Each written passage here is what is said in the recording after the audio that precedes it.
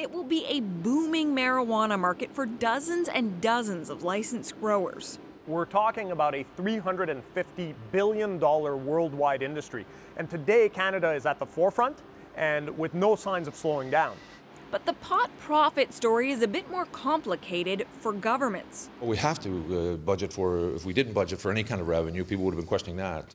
Nova Scotia expects to bring in $10.4 million this fiscal year in pot revenue, a big chunk of the province's budgetary surplus. But there are also expenses, like training police officers to use new roadside drug tests. We've continued to make assumptions that we know there will be a cost associated with this. Alberta is pretty sure the cost will outweigh the revenues at first. I can tell you that for the first couple years, we're not seeing this as a revenue generator at the Government of Alberta. We're seeing it as a net loss. Newfoundland and Labrador said today it expects just over $2 million in cannabis revenue this year, with no talk of related expenses.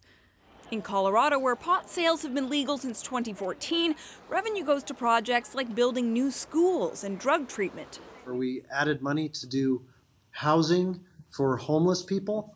So taking money that was once, kind of illegal from the illegal market into the regulated market now, and then trying to address another social ill.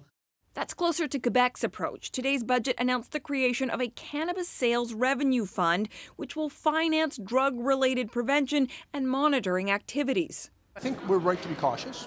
The federal government's point man on pot says dedicated funds like that could be a possibility in the future, but right now hundreds of millions are being spent to set up a responsible system. We've always said when we got into this, it wasn't about money, it was about reducing social and health harms. Something to watch as profits start to grow. Catherine Cullen, CBC News, Ottawa. Now, while Ottawa is setting the baseline for cannabis laws, it's still up to provinces and territories to decide specifics, and we're gradually getting more clarity on what they have in mind. Many provinces, for example, have set their minimum age of consumption at 19. That includes BC and Ontario. But in Alberta and Quebec, it'll be 18, which matches the legal drinking age there. Quebec is also banning homegrown marijuana. Manitoba, too. Even though federal legislation would allow up to 4 plants per household, the province's rules would take precedence. And in New Brunswick, pot will have to be kept in a locked container or behind a locked door.